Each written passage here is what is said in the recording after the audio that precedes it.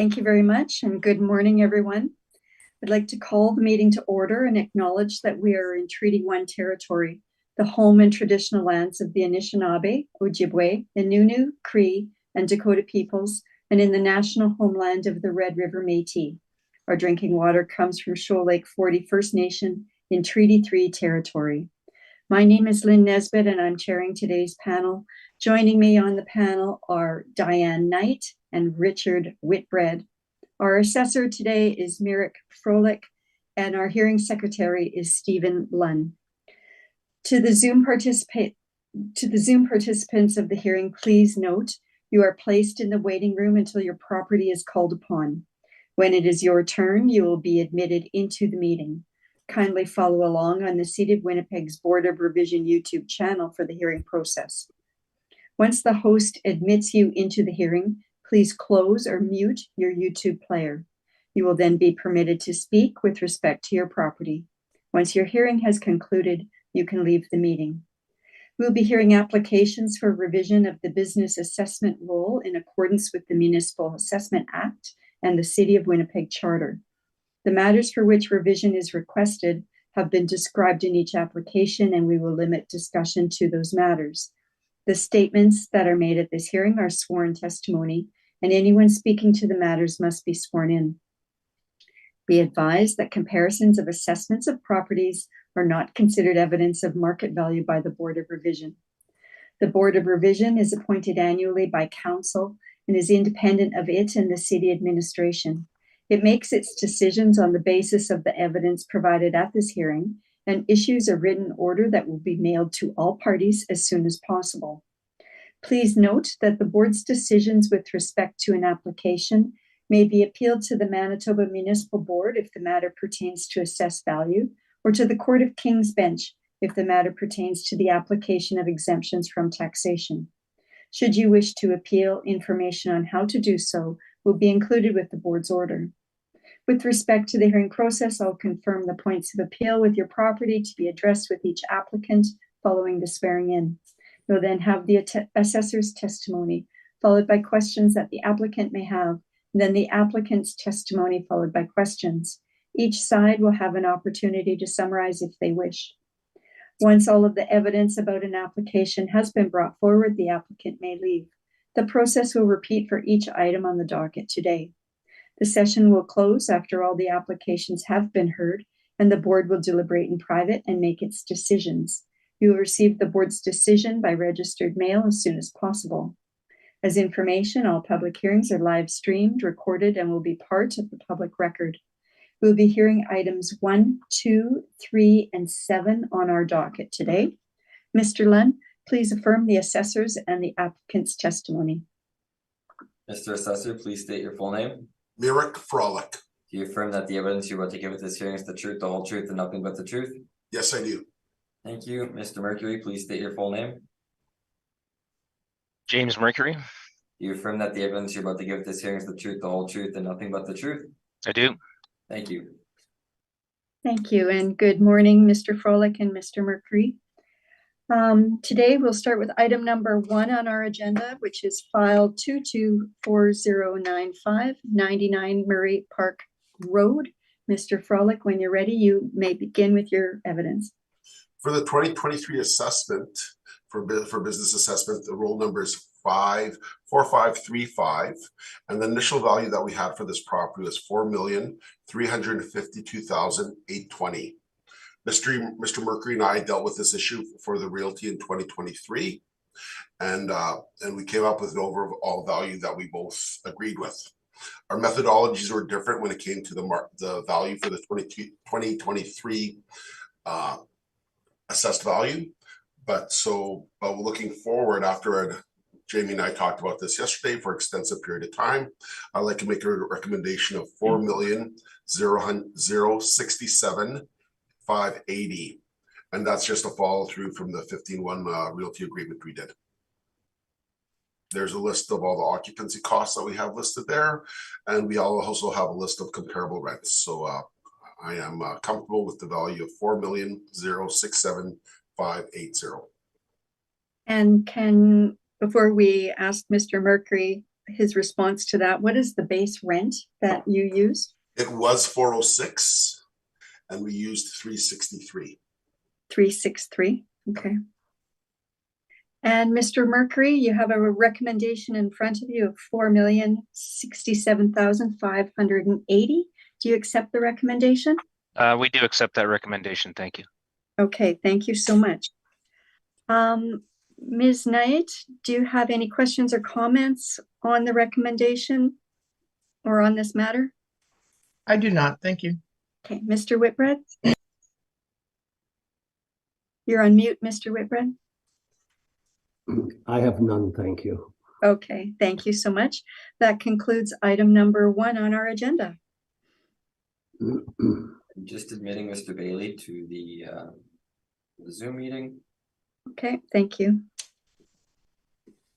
Good morning, Mr. Bailey. I'll just affirm you very quickly. If you'd please state your full name.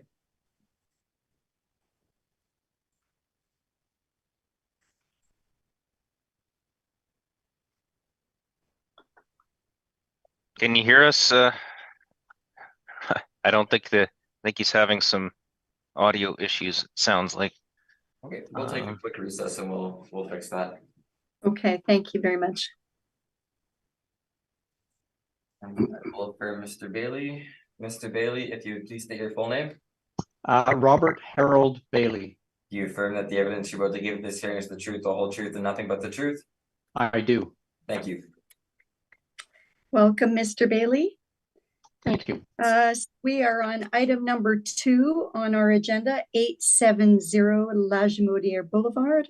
Mr. Froelich, when you're ready, you may proceed with your evidence, please. Yes, thank you, Lady Chairperson. File number is 22-4001. Properties at 870 Lajimodiere. Business ID number is 2761.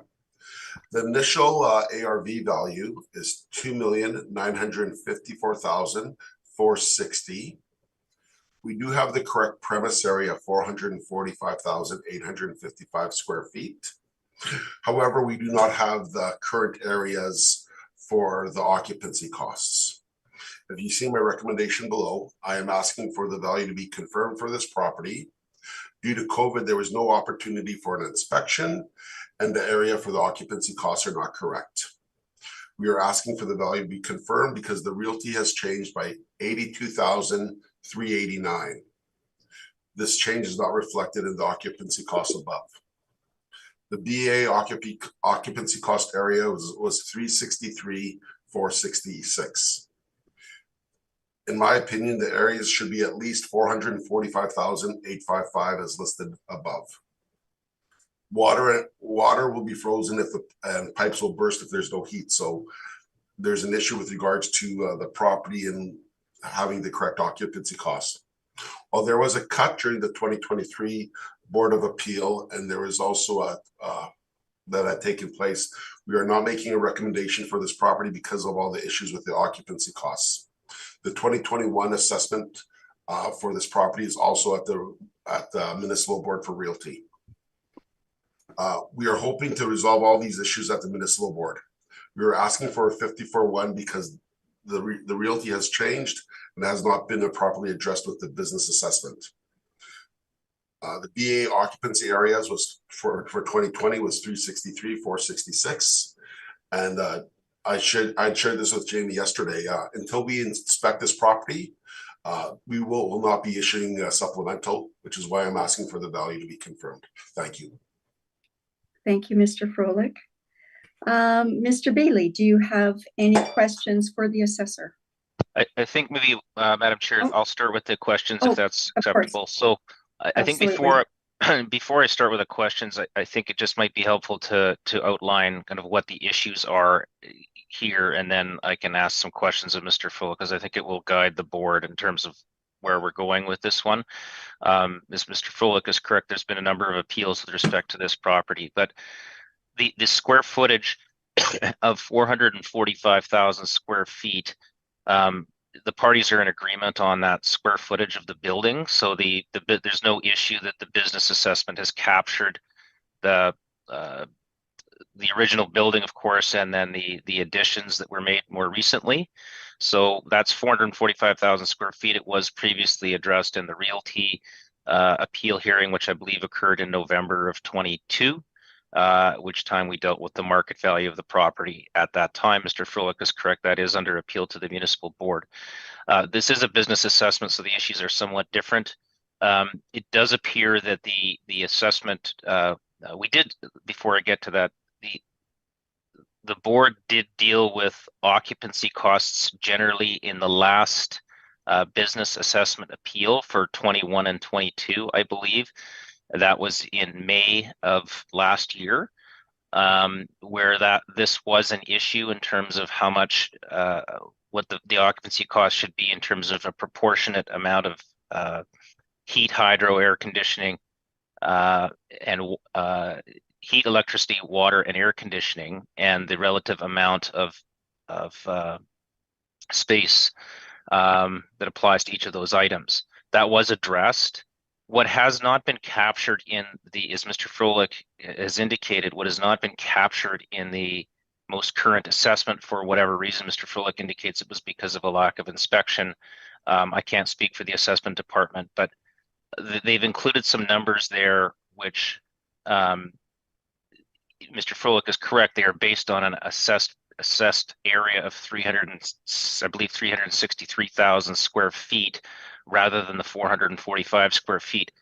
That being said, Mr. Bailey, and he'll speak to this in his report, has in fact addressed that, and he has assigned occupancy costs to the entire area, so that the board can deal with this, and frankly, in my view, should deal with it, because this is a business assessment appeal and the value is at issue. There is no supplemental. I don't think there actually is need for a supplemental. The board is in a position to deal with this today. So the issues before the board are rent and occupancy costs. I appreciate the assessor's wish to have it simply confirmed, but we would like to address the issue, both of those issues. Mr. Froelich is also correct. There was an adjustment to the in the realty decision in terms of the rent that was applied. So I believe the rent that Mr. Froelich is using, or the assessment department is using for this particular for this business assessment is $5.14. $5.18, I believe. I'm sorry, $5.18. Thank you. That was not the rate that was used by the Board of Revision at the realty hearing. I believe it was $4.75. We'll speak to that. But nonetheless, the owner does not agree with the $5.18 rent that has been applied. It also acknowledges that the occupancy costs need to be corrected, and Mr. Bailey is here and prepared to speak to that issue. If Mr. Froelich's not in a position to, he can address it however he wishes, but we would like to take the board through that evidence and hopefully obtain a decision with respect to the occupancy cost issue. So that's just the issues. I'm not making a submission at this time. I just wanted to outline kind of where we're at. I appreciate Mr. Froelich wishes to just simply move this to the municipal board, but we would like to address the merits of the matter. Thank you for that information. Okay, so we are back to questions for Mr. Yes. Could I make one comment though before we proceed any further? Yeah. Okay, so what I did to with regards to my due diligence on this, so what I had done in one of my potential workups, which is why I'm asking for this to be moved forward, is when I adjusted the rent to the board decision and I adjusted the square footage only for the electrical, because I'm assuming there is electrical and power services for the entire area of 445,855 square feet. If I just adjust those two areas, the assessed value, the business assessed values are almost identical. And so that's why I'm asking for this to be confirmed, because because I'm assuming there's electrical in the entire building.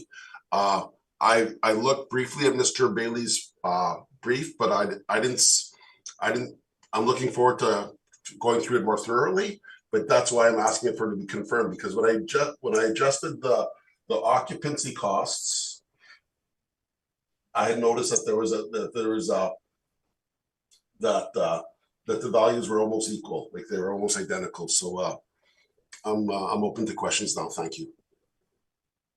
Okay, thank you. Mr. Bailey? Yeah, if I Okay. could ask Yeah, go you- ahead. Sorry.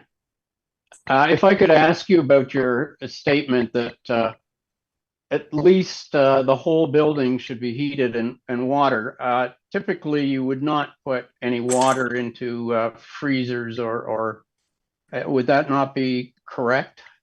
Well, without an inspection, Mr. Bailey, I can't comment. Oh, And because we haven't been okay. able Well, to, you have been and let me just finish here. And so with regards to the occupancy costs that were taking place in for the supplemental, there are decisions that end up taking place at the board of revision level that sometimes you don't have access to all the information. And I had accepted them because I knew moving forward, based on the position provided by the applicant, that there would be a second level hearing on this. And so until there's an inspection, I feel that I'm not able to provide the answers that everyone is seeking for me to be comfortable with. Okay, you are seeking an increase from the levels that the board decided in for the 2022 business decision in terms of the heated areas being the whole building rather than just the heated spaces. And you are aware that there is no heat to certain areas of this building. Well, I know there are coolers within the building here. And so you are correct by stating that we are using the entire premise area for the business assessment appeal, but we do not have the correct occupancy costs. Right, and I have both provided you with drawings and your drawings are very hard to read, Mr. Bailey. I don't have access to the same sort of material that you do. So until moving forward at the second level of appeal, they're nearly impossible to read because I don't have the right programs. Okay, I could have provided them in another format should you have requested it. Yeah, I think I told you at the time, Mr. Bailey, that I wasn't able to see them, but that's okay, fine. okay. We're becoming argumentative. We don't need to do that. Let's stick to questions and answers, please, Okay, Mr. really, that was my only question. Was that I think the other thing is if you could just let me know what the average temperature in the heated portion of the building would be, very roughly, a range would do. That's impossible for me to answer without inspecting the property, because what I would have to do is I'd have to look at all the different areas, have a schematic of it, and then be able to sort of average out the different areas. So I can't answer that question. Yet you're making a statement that the water pipes would freeze and burst. Which is why I've asked for this to be confirmed and be dealt with at the municipal board level. Where that is really, to be correct, that is not the case. The facility has never had any bursted pipes, even though large areas are not heated. I think I've asked and answered the question on a couple of occasions. Okay, very good. Those are my only questions. Thank you. Mr. Whitbread, do you have any questions? Oh, sorry. Mr. Sorry, I if I may. apologize. No problem.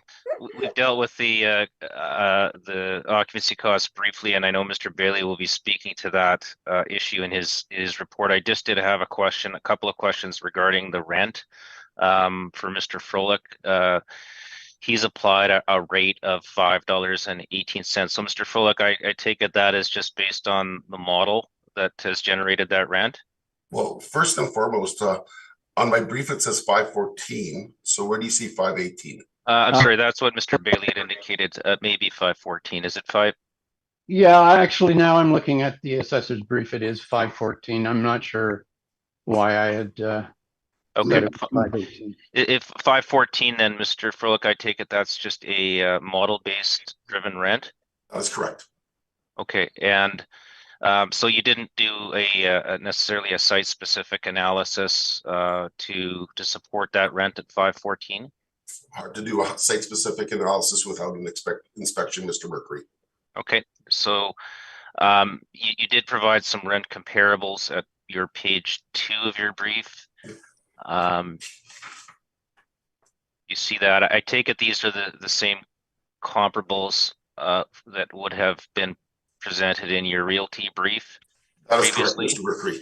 Okay, and you would acknowledge that these particular buildings, I won't necessarily go through all of them, but they are substantially smaller than the subject property? That is correct. Okay, so difficult to compare these particular buildings. Yeah, because our largest comparable property that we have is at Sony Place, and on page 3, which is for an area of 228,483. It has a market rent of 633, and the rent that we are using is significantly lower than 633. All right. And so because this is a business assessment, not a realty assessment, and did you have regard at all to how other properties are assessed in relation to this particular property? Yeah, it's a challenge for us in that regards, right? Because if there's one board decision that we may not agree with it, then you know, you're bringing up the issue of equity. And yeah, so I'm not asking about board decisions. I'm asking about the assessments, the assessor's own assessment. I feel comfortable with the rent that we used at the realty for in the past. So I'm comfortable with this rent, which is why I'm presenting it today. Okay, so the answer to my question would be you haven't really looked at other assessments when Well, preparing for we this don't appeal? compare assessments. We do we base our market values on market rent, so we don't compare assessments. And so well, this is a business. I think this is a business assessment appeal. We're looking at the market rents that are used. I've provided market rents in my evidence. Okay, so did you consider the City of Winnipeg charter provisions which suggest that you should look at other assessments? I consider this like I look at realty the same way as realty, and so I feel that I feel comfortable with the rents that we've used. Okay. Okay, thank you. Those are my questions for Mr. Froelich. And just to confirm, is it your understanding that the rent used at the Board of Revision, although not expressly stated in the decision, but if you work it out, it arrives to 475? Is that consistent with your understanding? I think that's a fair comment to make. All right, so those are my questions for Mr. Froelich on his evidence. I would then turn it over to the board for questions.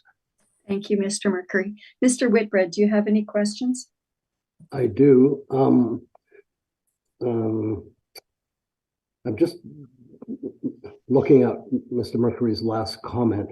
When I do the calculation, it comes out to 481, not 475. Mr. Froelich, was that your number, 475, or was it Mr. Mercury? That was Mr. Mercury's number. I think Mr. Bailey can comment on that further, perhaps when he provides his submission, Mr. Whitbread. Okay, that'll be fine. I have a question for you, Merrick. When you work the model, does the model factor in economies of scale? Then let me just finish. Given you have a building that is 445,000, double the size of your largest building at Sony Place, you don't have comparatives in the scope of this building. So I understand economies of scale should come into play when you're doing valuation for rent. Does the model take that into consideration? Yes, it does. Okay. Can you explain it? Well, when we go through our database, and so for example, if we have a industrial property which has 3 PIDs, and say if it's so make it 100,000 square feet property, right? We have 2 of the properties that are 45,000 for each PID, 45,000 for one PID, 45,000 for the second PID, and the third PID is 10,000 square feet. The market rent used for the third PID, which is 10,000 square feet, would be higher than the 2 areas that are 45,000 square feet. Same building. And so the model is able to factor that into its thinking or algorithm. And I have another example of this because one of my colleagues was dealing with an older warehouse property in the downtown area, and we had done an agreement on the space, and I think it was like I think it was 180,000 square feet along those lines, and 19,000 square feet of that area was a different PID, and that had a much higher rent than the 150,000 square feet. Okay, thank you very much. No further questions. Thank you, Mr. Whitbread. Ms. Knight, do you have any questions? My question was just asked. Thank you. Thank you. And Merrick, I just want to confirm. Okay, so at the realty, the square footage was confirmed by both parties to be 445,000, right? That's correct. Roughly. But in your analysis, the maximum you use is 363 because it was determined that there was 82,000 square feet missing from that first. Which we haven't captured yet, right? Because we don't know. Which has not yet been captured. So your occupancy costs then are based on outdated. I'm just trying to get this square in my brain because it's going to be raised in the next presentation. So I need to understand. So the occupancy costs square footage used right now are short, if I can use that word, that 82,000 square feet. Correct? Understated, yes. Okay. So that's how that works out. Okay. So your occupancy costs are out, or occupancy square feet are outdated, and you've used a model rent that is unchanged from what was at the realty. That is correct, because there's so many variables here. Okay, so you're just basically carrying on the values that you took to realty. No. Okay, for which the Board of Revision had made a reduction, but the assessment department's position, your position is that that should just be maintained because you would like to take it to the board.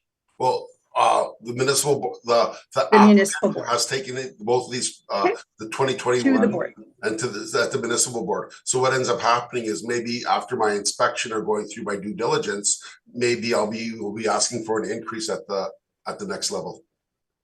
Okay. Okay. Thank you. Mr. Mercury or Mr. Bailey? So yes, so at this point, I'd like to turn it over to Mr. Bailey, who has provided a report. I should add that I did email some rebuttal material to the board this morning on La Jamodier property. I just want to make sure Mr. Froelich has that, and we'll get to it in due course. We'll hear your main presentation first and ask questions, and then we'll go to the rebuttal once the main presentation is concluded. Okay, so Mr. Bailey, what I would ask you to do is just, this panel may have heard from you before, but perhaps you just introduce yourself briefly, your familiarity with the property, and take us through your report, please. Right. I have been familiar with this property since the 1990s and all of its changes, having worked for both the previous owner and the current owner. It's been a couple years since I've been able to inspect it again. COVID has been an issue. But I have had full access to all of the building drawings for the additions, as well as had a number of chats with the facilities managers regarding those building additions. So I am quite familiar with the building. And again, if I could just briefly go through it, it's an older building, having been built, the beginning of which was started in 1964, and it has had a total of 21 additions, as well as 3 demolitions over those years. So it's been relatively constant, the updating of this building with new building additions. But if you turn to the photographs, which start at page 4, you'll see that there are quite a number of different building sections that you can see from the photographs. And at page 5, I've highlighted the form of the building on the aerial photograph. And as you can see, it's a very cut up building. It is not your typical building. It presents a lot of problems, both due to its size and its configuration. which is why the rent would not be typical of market rents. That being said, it's very difficult to find market rents for buildings quite as cut up as this property. At page 7, I give you a little bit of more of a history on all of the building sections and how they came about and why they came about, and the various times of construction and sections of construction. Page 9, I give you a chart comparison comparing the current facility to what the ideal facility would be. And as you can see, there is an awful lot of deficiencies in this building that would not be built had this property been built at one time for its current use. So the form is very difficult for the present use as well. It would not be highly desirable for alternate uses. If I could go on to the market rents, I've looked at the market rents in 3 different manners. I've looked at, there have been a couple sales of food production facilities, particularly meat production facilities, which I've analyzed. One Warman Road was a facility that formerly was owned by Maple Leaf Foods and was sold in the market in 2015. I used that sale and the sale price to arrive at a imputed rent, which in this case for the 2015 sale was $330 a square foot. Now, that would be subject to various adjustments. And if we adjust for time and we adjust for size and we adjust for building heights, we end up with an adjusted rent for this building of $319 a square foot. It also resold in early 2022. And again, it resold for 5.7 million. And if we look at the imputed rent from that, it's $459 a square foot.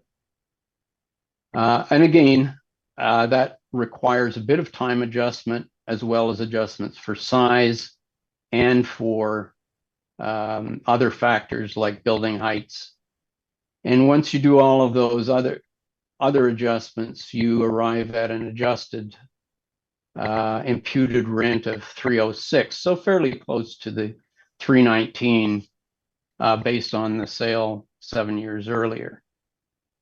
I've also looked at the sale of 41 Paquin, which was bought by Maple Leaf Foods, and the imputed rent based on the purchase of this property was $531 a square foot, and it sold in 2019.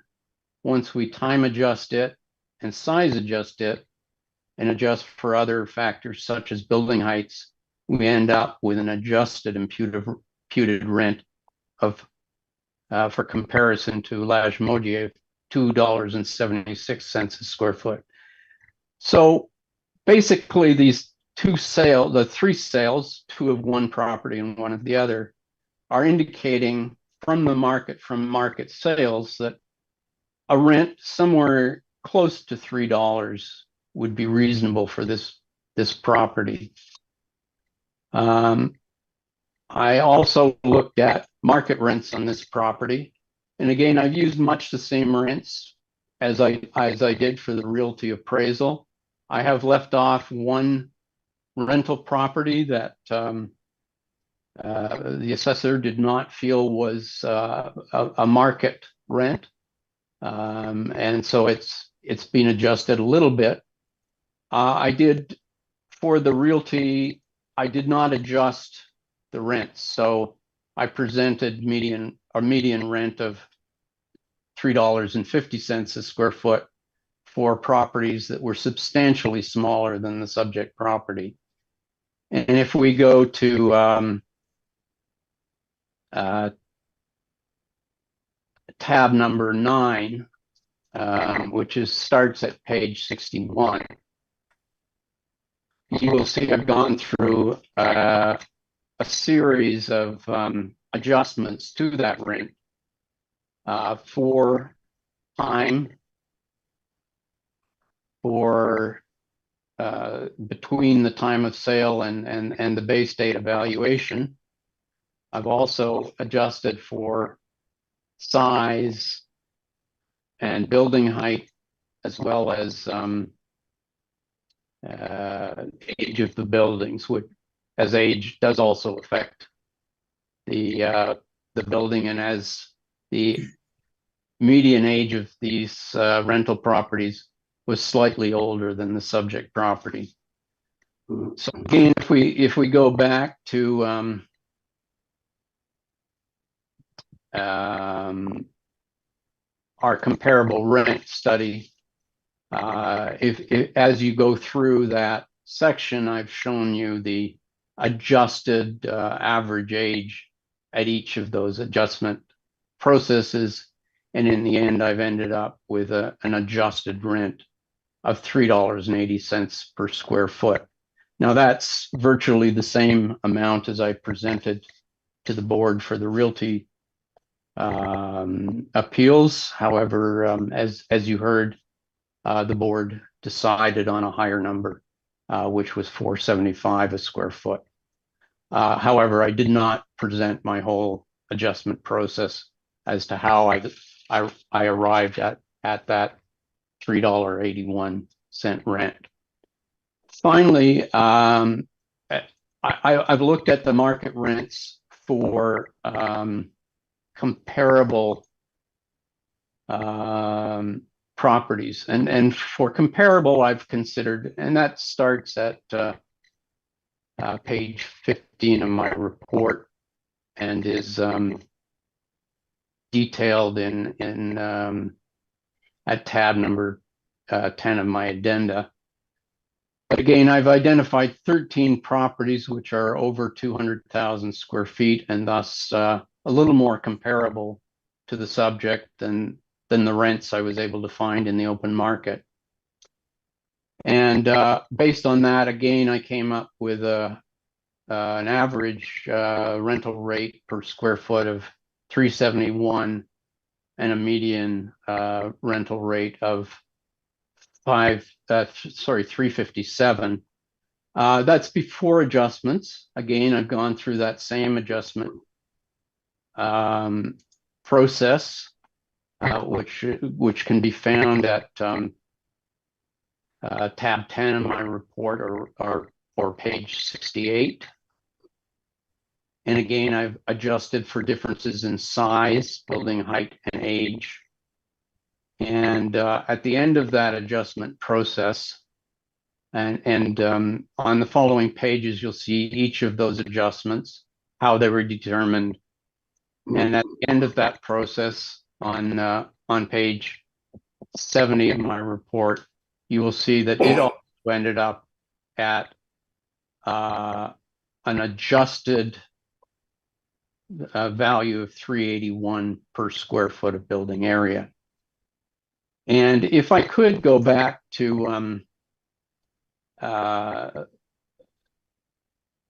and this would deal with the equitable assessment, as well as what the assessor had used for other properties. If I could go to my rebuttal information that was provided. If we could stick to your main evidence first, and then Okay. we'll have questions, and then we'll go to your rebuttal after that. Okay, very good. Thank you. So that really, so based on those three manners of looking at the rent, I came to the conclusion that the fair market rent and equitable rent were both $3.81 per square foot. I also did provide the board with updated drawings and calculations of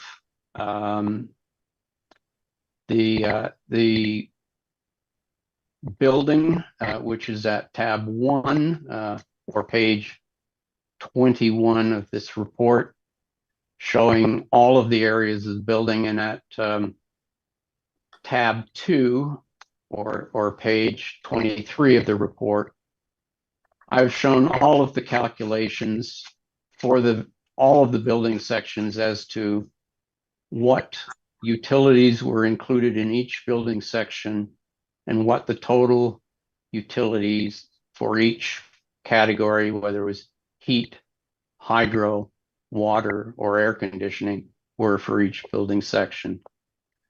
So all of this information was provided to the assessor. The assessor, as far as I know, did not request an inspection of this property, and did not inform me that he could not read my building drawings provided. We did have extensive discussions on the building areas previously for the 2021 and 2022 appeals, where this building was assessed for realty, and it did not become an issue at that point. So I've provided the board with all of those areas for the utilities, and at tab 12 of my report, I have provided a revaluation, and that's page 75. I've provided a revaluation based on the correct occupied areas for heat, hydro, water, and air conditioning. I've adjusted the base rent to $381 per square foot, and that led to a premise annual rental value of $2,506,426, which I've rounded to $2,506,420,000. So that is my evidence. Obviously, I've skipped over it fairly quickly, and there's a lot more in my report, which may take a little while to digest. Would you like me to take any questions now, or would you like me to address my rebuttal material? No, we'll take. Okay, go ahead. Sorry, Mr. just before we conclude, I just wanted to draw Mr. Bailey's attention back to his report at page 67, if I could. Okay, let me just 67. These are the comparable assessed rents. So your addenda 10. Yeah, I'm at page 67. Okay, so you did comment on this briefly, but you have 13 properties there listed. Can you just, and what we see there is the leasable area. So you were looking for much larger buildings? Yeah, what we're dealing with consider here? anything below 200,000 square feet to be comparable to the subject property, even though I had to rely on smaller properties for my market rental analysis. When I was comparing the properties based on their assessed market rents, I only looked at properties over 200,000 square feet. Okay, and so the assessed rents is under the column net rent, starting at 1,000 King Edward, you're showing 278 all the way down to 1260 Clarence at 244. Those are the assessed rents for correct? Those are the assessed rents. Okay. But I understand today the rent for Boeing at 99 Mary Park was decreased from $4.06 to $3.63. Correct. So go just very briefly, when you look at the layout of the 13 properties that you've listed there, can you describe how they compare to the subject? Again, they tend to be fairly close in age to the subject property. They generally have much superior, higher ceiling heights. None of them, other than possibly Windpack on Salto, was nearly as cut up as the subject property.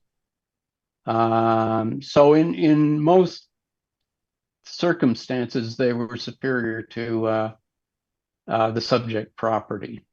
So if we look at Motor Coach, for instance, which is a little older at 1986, but has much better clear ceiling heights. It's assessed at $350 a square foot.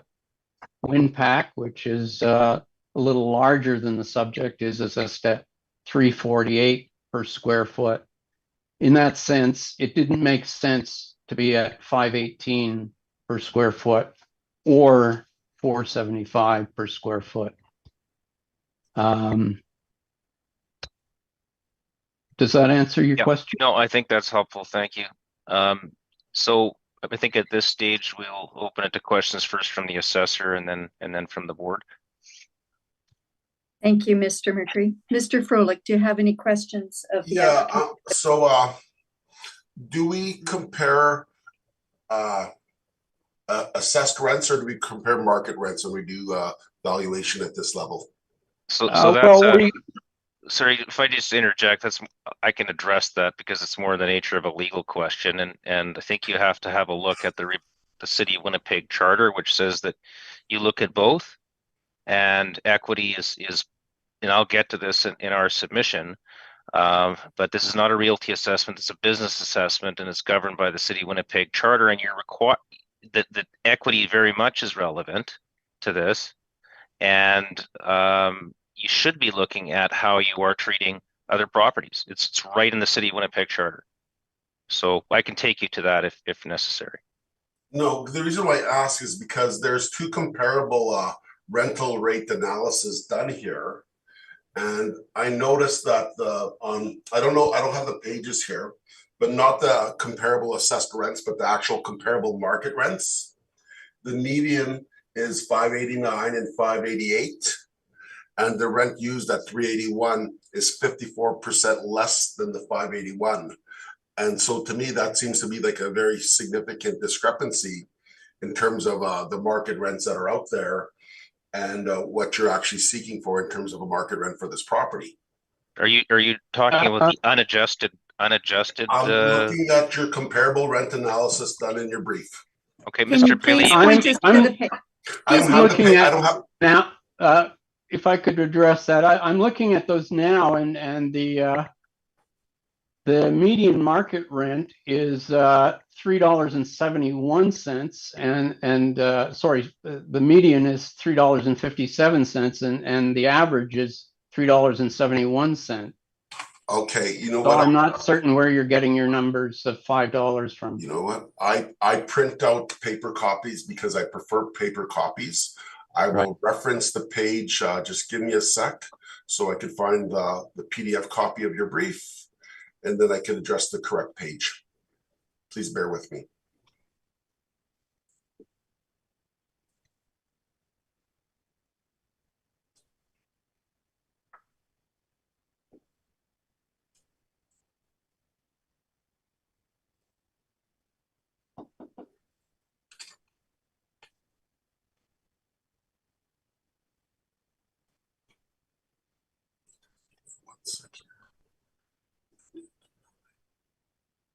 It's after addendum 9, and I'm just trying to find it. And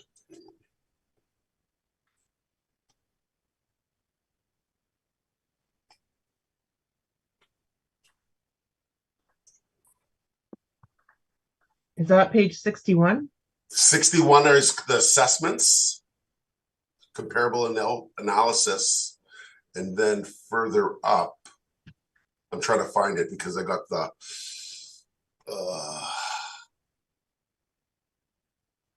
so those are the assessments. There's another one on page 67.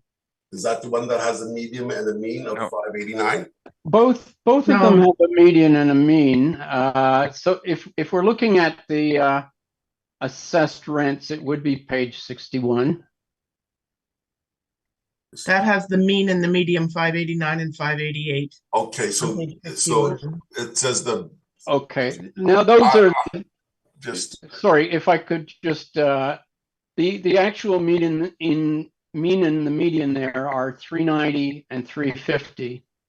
The numbers you're referring to are the time adjusted numbers, which are then later adjusted for size and for building heights before arriving at our value of 381 per square foot.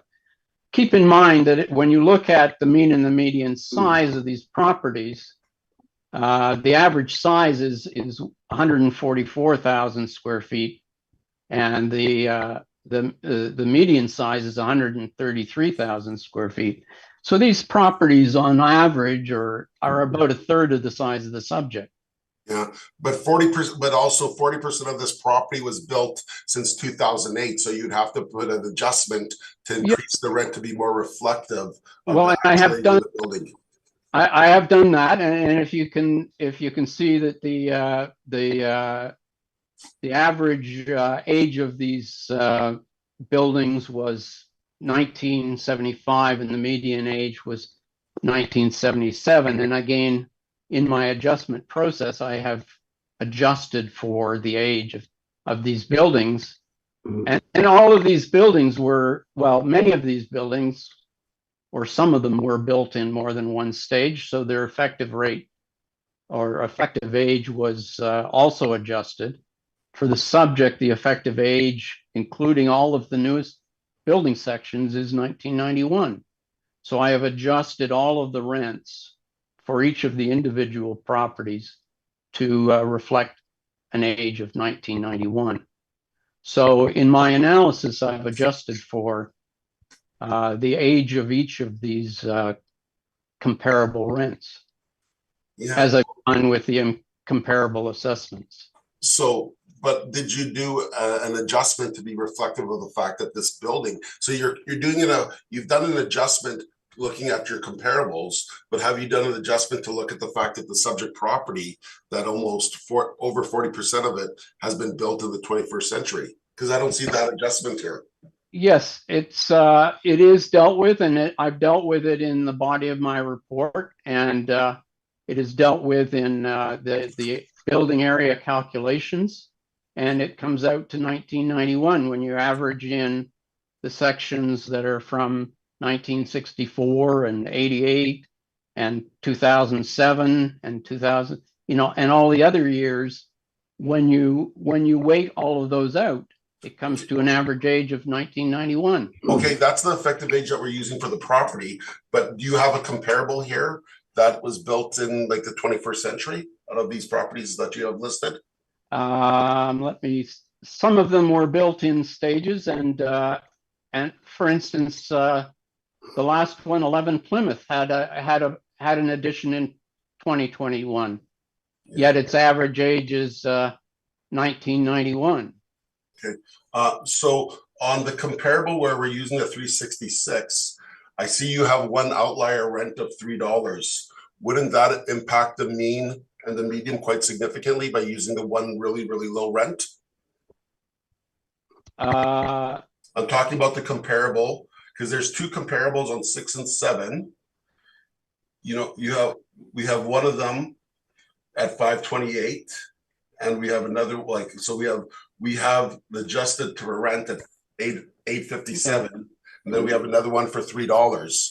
So even if we take both of those ones out, wouldn't the trend be higher than what you have for the mean and medium rent for these properties?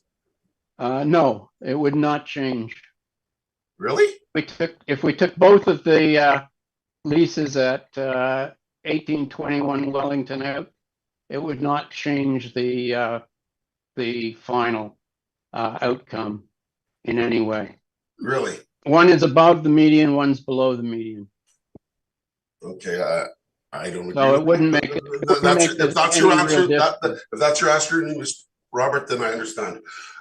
With that being said, you have mentioned the sale of the property of $7.2 million or $7.3 million. You have that sale in your brief anywhere? Because the information that we have contradicts what you've stated here with regards to your value. I believe the sale price was 5.7 million, and it is in my brief at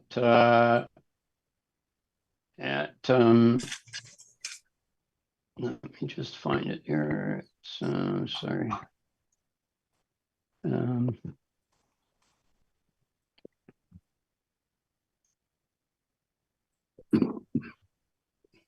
As much as I tried to make this easy to flip through, it still takes a while when you're doing it electronically.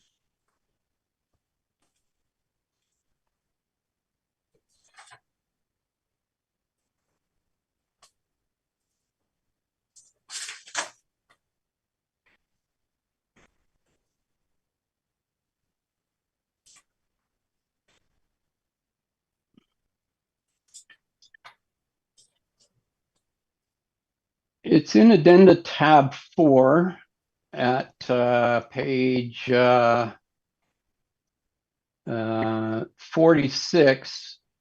Sorry, the sale price is in 2022. The sale price was $5,925,000 for this property.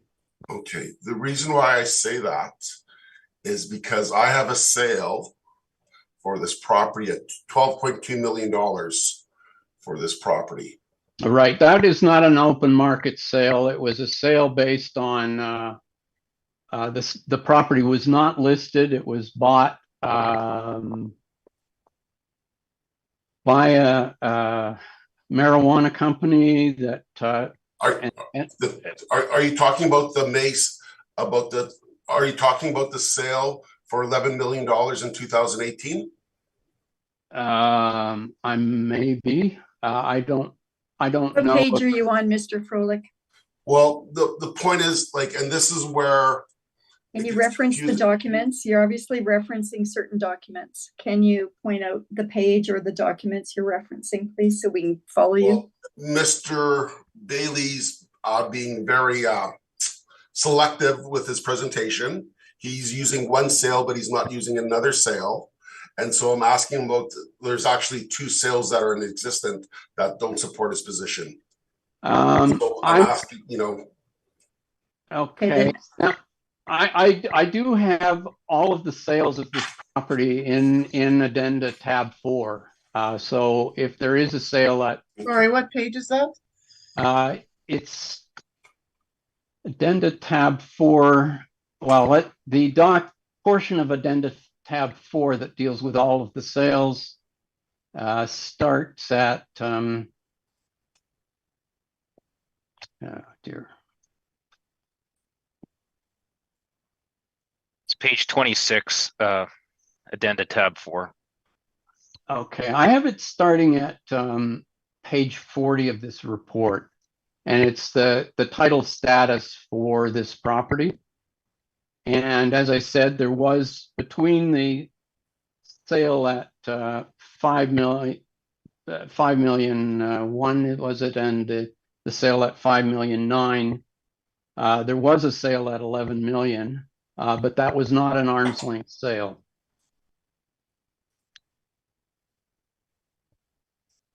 But on your brief here, just give me 1 sec here.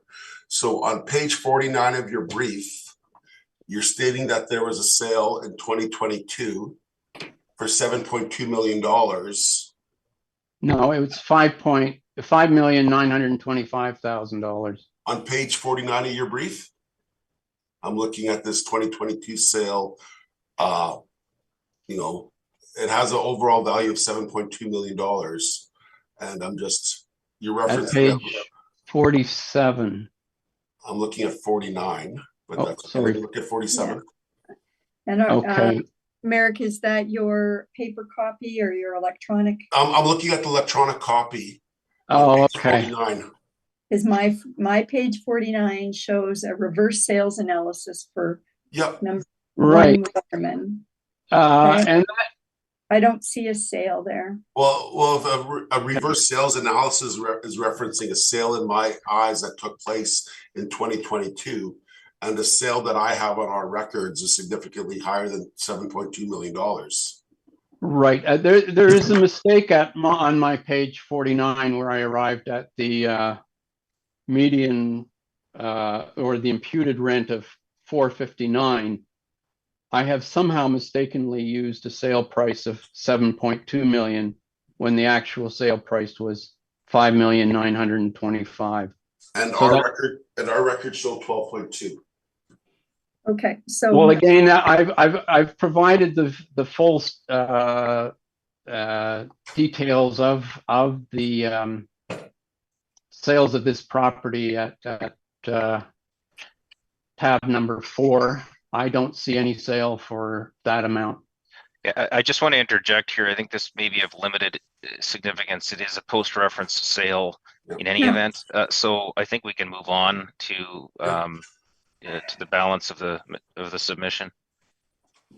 Mr. Frolick, any more questions? I'm asking about the integrity. Okay, so the question that I have then, because we see the sales listing, what's the date of that sales listing that you have for that's in your brief on page? It's earlier on in the brief. I'll have to pull it up here. You have a sales listing starting on page 29 of your electronic copy. What was the date of that sales listing? Let me just get to that. Okay.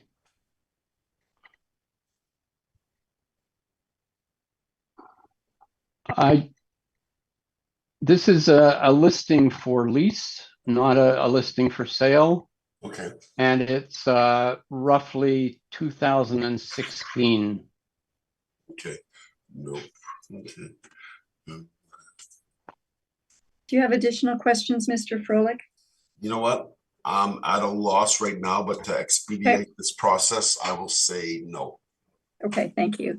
Ms. Knight, do you have any questions? I do not. Thank you. Thank you. Mr. Whitred. I want to thank you, Mr. Bailey, for a very detailed history and analysis. I get your rent calculation. I'm not saying I agree with it. I get it. I'm looking at your occupancy costs on page 75. I just want to be clear in my mind what you've done. Mr. Frolick states that he believes this building requires heat year-round at 445,000 square feet, roughly. And you're indicating it does not. Am I understanding you correctly? Yes, you are. So you're saying approximately portion, if I could just clarify that a little bit. Sure. A substantial portion of this facility is maintained for processing purposes at between 4 degrees Celsius and 6 degrees Celsius. So well over, I think it's close to 200,000 square feet. And again, it is detailed and listed at, I think, tab 2 on the building calculations. Let me just turn to it for a moment. So if we look on page 23, which is part of tab 2, on the far left side, we see that 255,000 square feet of this facility is maintained at a temperature between 2 degrees, or the majority of it is between 6 degrees and 4 degrees Celsius. There is some freezer space as well as part of that, which obviously is below 0 degrees Celsius. So none of those areas are heated. The balance of the building is heated, and these areas require constant cooling for 2 reasons. One, they are within a heated building, and therefore there is heat loss from the heated portion of the building. And they also have processes which create heat, and therefore there's heat being given off by the process. So this plant runs 3 shifts a day. I believe it's 7 days a week, but I could be mistaken. But it's a well-insulated building. So within the building envelope, there is limited loss of heat. And what heat is lost is over a significant time period. The average temperature in Winnipeg in January is minus 16 degrees Celsius. Most of the interior of this building is at 21 degrees Celsius. So the average is about 5 degrees Celsius. So there's no need for heating these areas.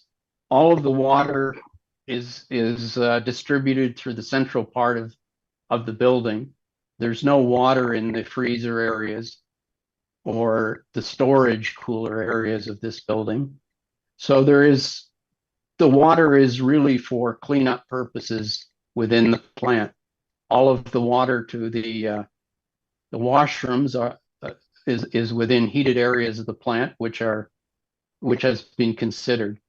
So the only portions of the plant which have water, which would be unheated, would be the production areas, and they are maintained above freezing. So there would be no cause for concern over pipes bursting. And it appears that you agree that the lights are kept on. Yeah, the lights are kept on in the whole facility. Yeah. So what you've done then is you've adjusted, if I'm just trying to follow through your numbers, you've adjusted it by about $145,000 to give us a value of $2,506,420. Is that a correct number that you provided? I would have to do the calculation, but I will take your word for it. Well, that was your final number, was the 2,506,420. Oh yes. So in that final number, I have adjusted for the unheated areas. I've only included the areas of utilities where there are those utilities. Thank you very much. No further questions. Thank you very much. And I have no additional questions. So we can move to the rebuttal evidence submitted by the applicant. Mr. Lund, do we have that evidence, and does the assessor have it? Yes, you should have the evidence. There is a piece of supplemental rebuttal I'm just distributing now as well. Okay.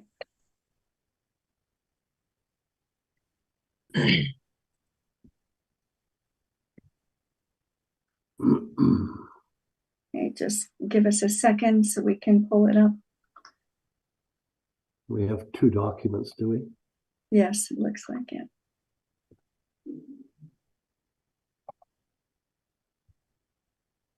Three documents, would that be correct? There's also the city charter. Yeah, but I mean, two evidence documents relative to the property. Okay, Mr. Mercury or Mr. Bailey, if you can take us through your rebuttal evidence, please. Mr. Mercury, would you like me to start? Sure. So maybe just before you go through your report, Mr. Bailey, what I've provided in terms of the one of the rebuttal documents was the actual legislation, which should be I won't familiar. address. I will only address my rebuttal report, which has a cover page showing the hearing date. Okay. Yes. So I just wanted to touch on. I'll speak to the first rebuttal document, which is the city charter, and because this is central to what we're doing, and in response to Mr. Froelich's position that he's not doing any comparison. The first is with respect to the occupancy costs issue. And if you look at page 2 of that 3-page document that we provided at 318 sub 1, yeah. For the purpose of this act, the annual rental value of premises is deemed to include the cost of providing heat and other services necessary for the comfortable use or occupancy of the premises, whether provided to the occupant or the registered owner. And so that is the general provision. And of course, you don't simply take the square footage and apply all of the air conditioning, hydro and water to all of it. You have to do the analysis that Mr. Bailey's provided. More significant to the questions that we're having here and what we'll get to in final submission is 318 sub 2 and 3. And these are the equity provisions of the city charter. In determining the annual rental value of premises, the city assessor must take all factors into account so that as far as possible, premises similar in size, suitability, advantage of location, and the like are equally assessed at a fair annual rental value based in general on the rents being paid for similar premises. But the fundamental principle there is that there is equity in the assessment of similar buildings and similar premises. This is different than the Municipal Assessment Act and the principles that most of us deal with on a fairly regular basis, where we strictly look at fair market value, willing seller, willing buyer, or strictly market rents. There's equity built into the city charter, and for whatever reason, the assessment department, at least at these hearings, seems to gloss over this, saying we only look at comparable rents. That's not what the legislation says. And then 318.3, in determining the annual rental value, the city assessor is not bound to determine the amount of rent that the premises would probably earn in a year, but may fix the value in any reasonable manner that is fair and just to all of the registered owners or occupiers of premises. So you don't just look at comparable rents. Certainly it is a factor to look at. That is one part of your analysis, and it was part of Mr. Bailey's analysis. But you must look at the equitable provisions. So we'll come back to that in submission and summation in terms of what the proper annual rental value is for this property, because as we've seen, the rate of $5.14 comes nowhere close to what similar buildings are being assessed at. So that's the city charter. One other document I just wanted to speak to is the supplemental rebuttal document. Mr. Bailey will speak to this in terms of how it applies to the actual subject building, but what we've provided here is a few other assessments of similar properties or somewhat similar properties, and we can see how the occupancy costs are addressed. So the first one is at 200 Dawson Road, and you can see the business assessment there and the details at page 2. Heat, hydro, water, and air conditioning. The heat this is the total building area here is 338,000 square feet. The heat is only applied to 19,125 square feet, whereas the hydro, of course, is applied to the entire building, and then a more limited water and air conditioning is, again, a small fraction of the overall square footage of the building. There's nothing unusual then about what is happening at 870 La Jamodier, but this is exactly how the assessment department is doing it for 200 Dawson. It is also doing it for 1570 Clarence, and we can see this is another building we've seen in the rent comparables. This is a 241,000 square foot building. Heat applied only to 157,923 square feet. And you can see the other occupancy costs there. We then look at 350 Debates, another comparable we've seen, and this is a 60,000 square foot building, and heat only applied to 6,700 square feet. There's nothing inappropriate or unusual about that, and so we wanted to bring those assessments to your attention because for whatever reason that same methodology is not being applied to 870 La Jamodier. So those are the two documents I wanted to speak to, and I'll turn it to Mr. Bailey to go through his specific rebuttal material. Okay, if I could just add to that, I also did include the decision for 2002 regarding the business for this property, where the board did consider this issue. And again, 22, I think you said 2002, 2022. Sorry, 2022, where the board did consider this very issue and sided with Maple Leaf Foods that only the heated portion of the building should be assessed for heat, and the portions that are cooled and have no heating should not be assessed. So the board already has made the determination with regards to this property for 2022. And I think that was also one of the properties that was submitted in the rebuttal as well. And I believe that's under my cover for my rebuttal material. But if I could move on to now to the assessor's evidence. Within my rebuttal material at page 2, you'll see that the assessor's comparable. Excuse me, did you not have an opportunity to ask me questions beforehand? We're not there. Okay, We're sorry. still going through rebuttal evidence. Okay, I'm sorry, I got lost. When the applicants are done, you'll have your chance for questions. Go ahead, Mr. Bailey. I thought he was asking me a question, so I apologize. No. So what I have done with the assessor's comparables is that I've added some details regarding his comparables. In the research, I've added some information about the heights, age, and of the building, as well as how, in terms of size, how it compares to the subject property. I also noted that a lot of these buildings had substantial work done to them before being rented, and under the leases that the assessor is referring to.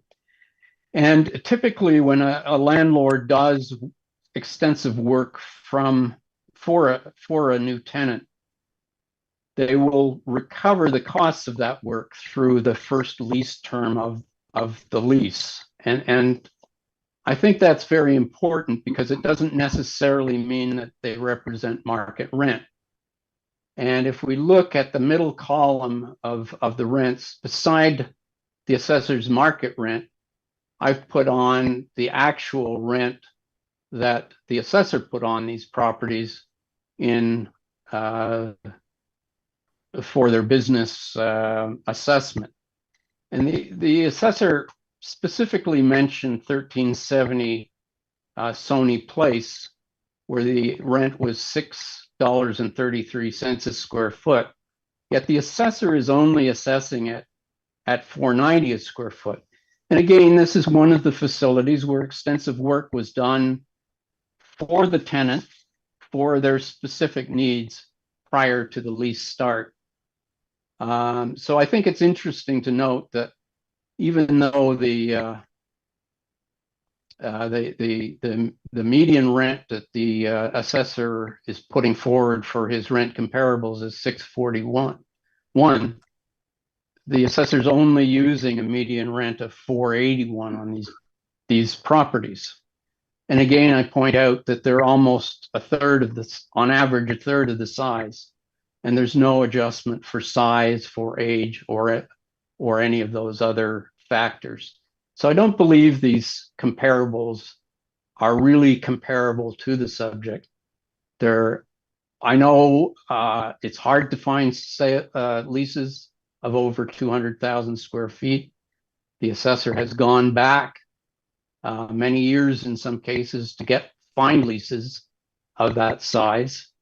But each of these buildings further is superior to the subject in most respects, and overall they are superior buildings. So they are not comparable in my view. And the assessor has included some smaller but newer buildings. And again, the average age of these buildings is 2011. Our building is 1991. So again, the comparables are 20 years newer than the subject property. And as we're putting an overall rent on the building, these rents really are not helpful in determining the market rent for this property. These are standalone buildings, newer than the subject, and they are all superior. A couple of the buildings were built to suit buildings, and again, with build to suit buildings, typically the rents don't reflect market because they were never on the market. They were built specifically for the tenant, and the tenant then, or the landlord then, recaptures the value of the building over whatever time period he feels is reasonable. It's not a rent driven by the market. So again, often tenants have specific needs. They go to a builder, they say, build me a new building that meets all of those needs, but that rent that they end up paying is not reflective of market. And at least 2 of these properties were built on that basis, and another 2 or 3 were highly renovated prior to the tenant moving in. So again, they really have no relevance in determining the market rent for the subject property. If I could go on, I have on the following pages, I've provided you some further details just in support of these buildings being more typical buildings, generally rectangular. I've provided you with the market rents and how they were derived for the purpose of their business assessments. So again, you have that background information. And finally, I've provided you the, I guess it's at page, at page 15, I've provided you the previous decision with regards to this issue of how to assess the utility costs within the building, which was decided on this same property for 2021 and 2022. And that would be my rebuttal evidence. Thank you, Mr. Bailey. Mr. Froelich, do you have any questions on the rebuttal evidence presented? I have lots of questions. I'll start off with the market rent portion of this. So if your blended rate is $3.81, and in your comparables on page 3 on page 2, if you have your medium rent, and I realize there's a size adjustment that takes place. Are you looking to the rebuttal evidence? I am looking at the rebuttal evidence on page 3. So there's so the first page is well, it's just a cover sheet, and then he has large rent comparables on page 2. Thank you. Yep. And then he has on page 3, and then it's a 17-page document. Okay, so you're referring to page 3 here? Yes. Title rent comparables, newer warehouse space. So for the newer comparables that were built within the 21st century, you know, the average and medium rent is north of $8. Right. And then above here for the larger rent comparables for the medium, then we have $3.52, which is newer. So with that being said, but you're asking for a rent that is under $4.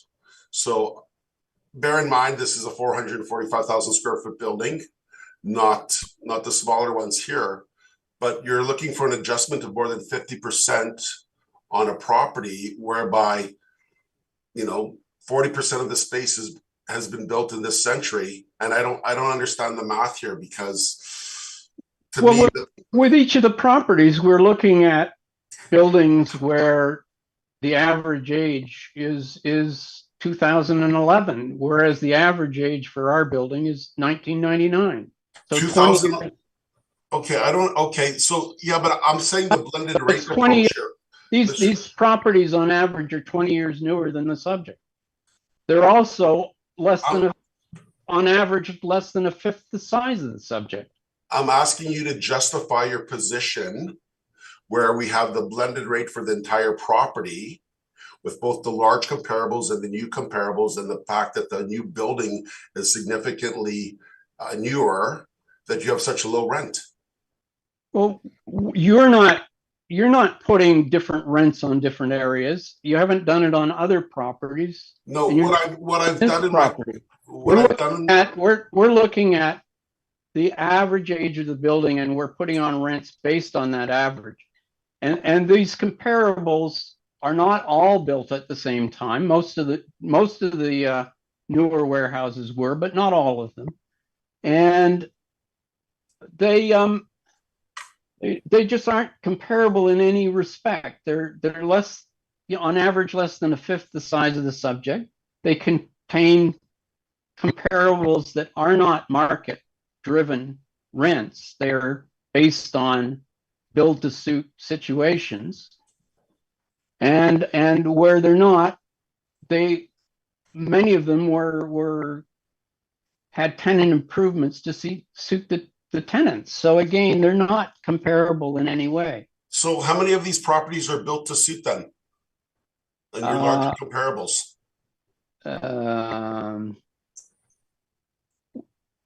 The last one, 195 Haggard Street, was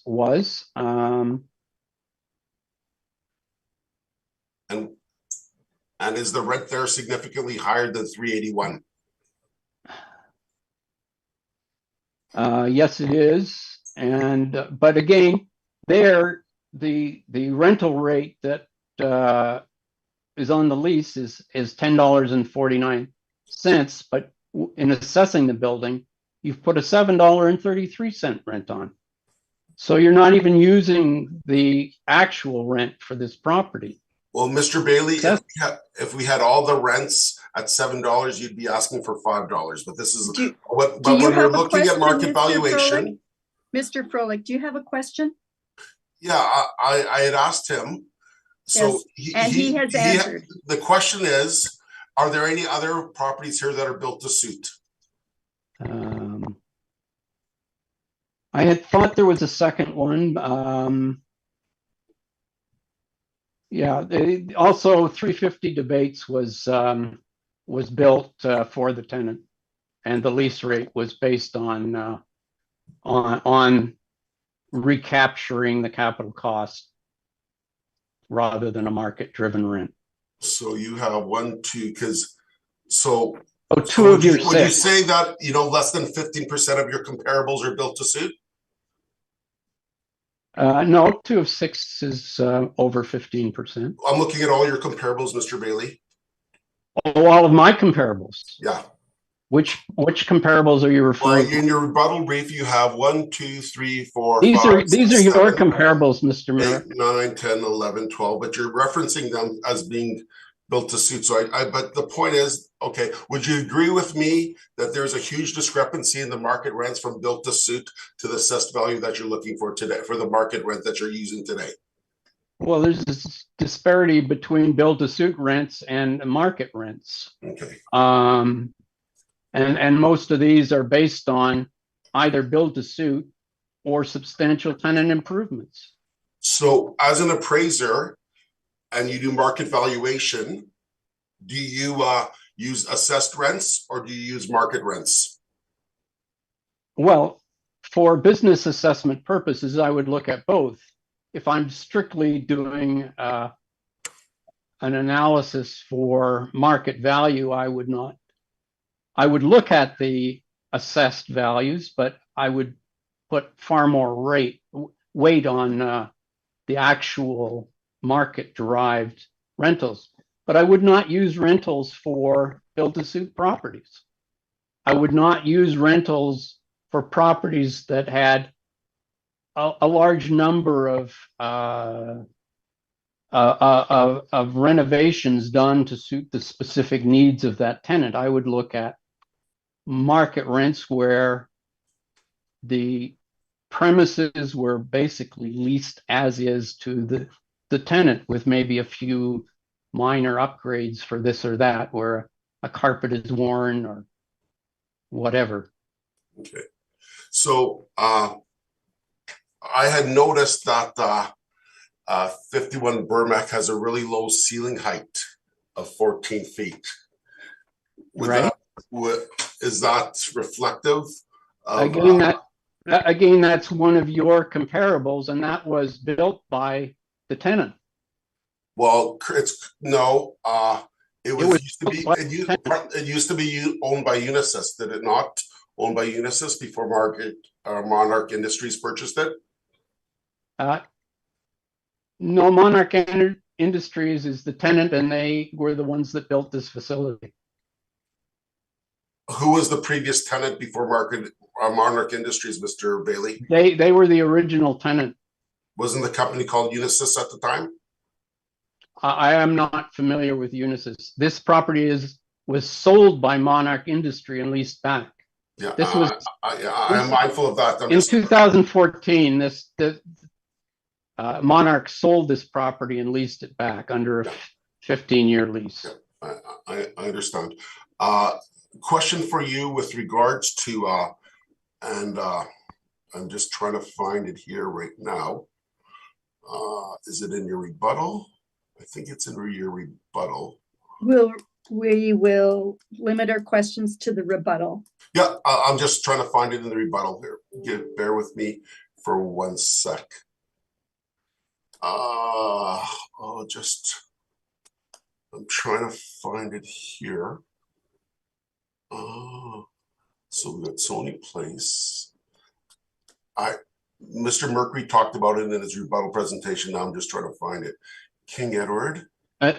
Sony Place is the last of your comparables on page 2 of my rebuttal report. Okay, I'm looking for 350 debates on your as your comparable. The business. I don't. You know what? I think maybe you know what it was. 350 debates was one of your comparables, and I've dealt with it on page 3 of your report. Second. Yeah, I'm actually looking on page 6 of your report. This is Maple Leaf Supplemental number 2. Okay, and your question is what? My question was: is this does this property hold store food, or is it a warehouse? It is a warehouse. Okay, so there's no freezing ability. They're not freezing any product. There's no manufacturing any of food there, right? No. Okay, so I'm just questioning, why would you say lack of heat here as a comparable, because it's not similar to the subject property?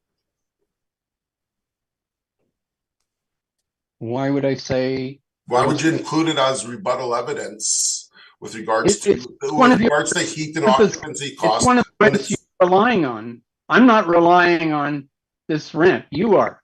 Are you not arguing occupancy costs on heat? Yes. Okay, so I'm asking, it's clearly a storage warehouse, an unheated warehouse, and I'm asking the question, why would you conclude it as a comparable, because it's not similar to the subject properties? You are the one who has included it as a comparable property for rent purposes. But are you not arguing occupancy costs at this hearing? Yes. Okay. You know, I just got one other question with regards to the City of Winnipeg Charter, and I just want to reference it. So this is on page 2 of one of the City of Winnipeg Charter, if everyone's there. So I'm just rereading it for myself. So for the purpose of this act, the annual rental values on the premises deemed to include the cost of heat and other services for the comfortable use or the occupancy of the premise. So what we're looking at is we're looking at the occupancy of the premise in any way, shape, or form. 318-2, in determining the annual rental value, the city assessor must take all factors into account as far as premise in similar size, suitability, location, and are likely equal assessed at an annual fair rental value. They're saying annual fair rental value. They are not comparing assessments based in general on the rents being paid in similar premises. So if there's a board decision that takes place where values are lower than what an annual rental would be, we would not follow that. And the last point is in. Oh, hold on. Is that a question directed? Well, it's just I'm making happy sure. to, I'm happy to answer that. It's making sure. Okay, so the Doesn't question. seem to be a question, Mr. Froelich. Can you If- ask a question? Okay.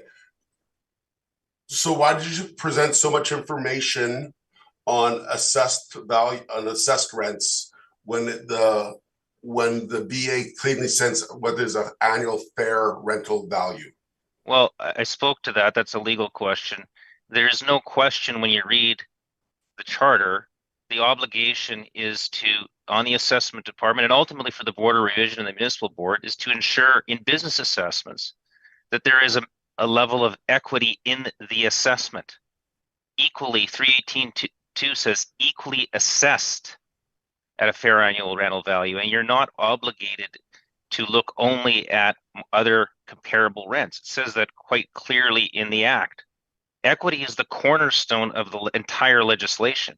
And so when you are signing a rent at $5.14 or $4.75 to a 445,000 square foot building, and we have several other examples of smaller buildings, I could go through the list, and we will in summation at 350 or 348. That's inequity. That's the definition of inequity. And if the assessment department disagrees with me on that, then ultimately I guess it's for the board to determine. But the City of Winnipeg Charter could not be more clear that equity is essential. It's essential in this province and every other province across Canada. And why we continue to ignore it for some reason, the assessment department continues to ignore it on business assessments and other matters, is frankly concerning. It's concerning. It should be concerning to the taxpayers, to all agents dealing with these matters, because the legislation is clear. And so whether we want to follow it or not is up to the assessment department, but it says it very clearly, Mr. Froelich. Mr. Froelich, do you have any additional questions on the rebuttal evidence?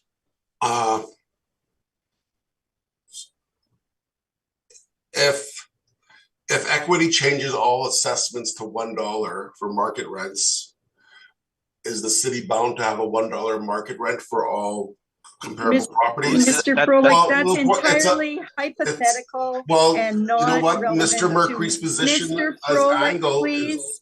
Mr. Froelich, please. That's an entirely hypothetical issue. We're not dealing with that potential $1 assessments on every property. Well, what do you have a question on the rebuttal evidence presented? I have asked the question that I thought that was fair, and thank you. Thank you. Thank you. Any additional questions, Mr. Froelich? No, I think we're all done. Okay, thank you. Mr. Whitbread, do you have any questions on the rebuttal evidence? Oh, you're on mute. Yeah. Sorry about that. There you go. Yeah, That's I have okay. no further questions. I'm fine, thank you. Okay, thank you. Ms. Knight, do you have any questions on the rebuttal evidence? I do not, thank you. Okay, thank you. I think I don't either. There's been a lot of questions asked and answered, so I don't need to ask any additional questions. Mr. Froelich, would you care for summation? I feel like I have to. Okay, no, go ahead, please. When looking at all the variables with regards to this property, this is not a simple property. It's very complex in nature. There's a lot of moving parts here, a lot of different things to consider. When we're looking at the nature of the property, the building has various building heights. The building was built over various times a year. So you got to factor all these in. So the default position can't be going to the lowest possible rent and sort of justifying or spin it in any way, shape, or manner. The applicant talks about ceiling heights. Applicant talks about newer buildings built to suit. Well, our approach to the market rent that we've used for this is a blended approach. So I find it interesting how the applicant has provided rebuttal evidence on a realty appeal that is not on a realty appeal, which is on a realty appeal, which is sort of different than a business assessment appeal. And so when we're looking at the overall value and all the different factors that come in, we do not compare assessments. We fundamentally look at market rents. When we're talking about equity, that becomes a very gray area and very hypothetical as well. And so even though when we're looking at it moving forward, I am comfortable based on the fact that we were not able to inspect this property, and because there's pending outstanding municipal boards on this property for 2021 and 2023, I am asking the board respectfully to confirm the assessed value due to all the outstanding issues that are related to this property. Thank you. Thank you, Mr. Froelich. Mr. Mercury or Mr. Bailey, would you care for summation? Yes, I'll just start briefly if Mr. Bailey can add anything I've missed. But again, as I stated at the outset, the issues here are what's the fair annual rental value for this property? The square footage is we're in agreement on. When the 2023 business assessment was returned, the assessor did capture the new area, which includes the new additions. For whatever reason, its calculations on the occupancy costs were somewhat off. I can't speak to the assessment department on that. I've heard from Mr. Froelich that they didn't have a chance to inspect it. Nonetheless, the obligation of the board here is to consider the evidence and ask itself what is an appropriate annual rental value. What happens at the municipal board or possibly in a supplemental assessment is really of no concern for the board here. Your job is to consider the evidence that has been presented. So I'm not going to go through the evidence again. Of course, we've talked about equity. We've talked about the market comparables. Mr. Bailey has gone through that in some detail. Mr. Froelich indicated that the concept of equity is somewhat gray and hypothetical. It can be.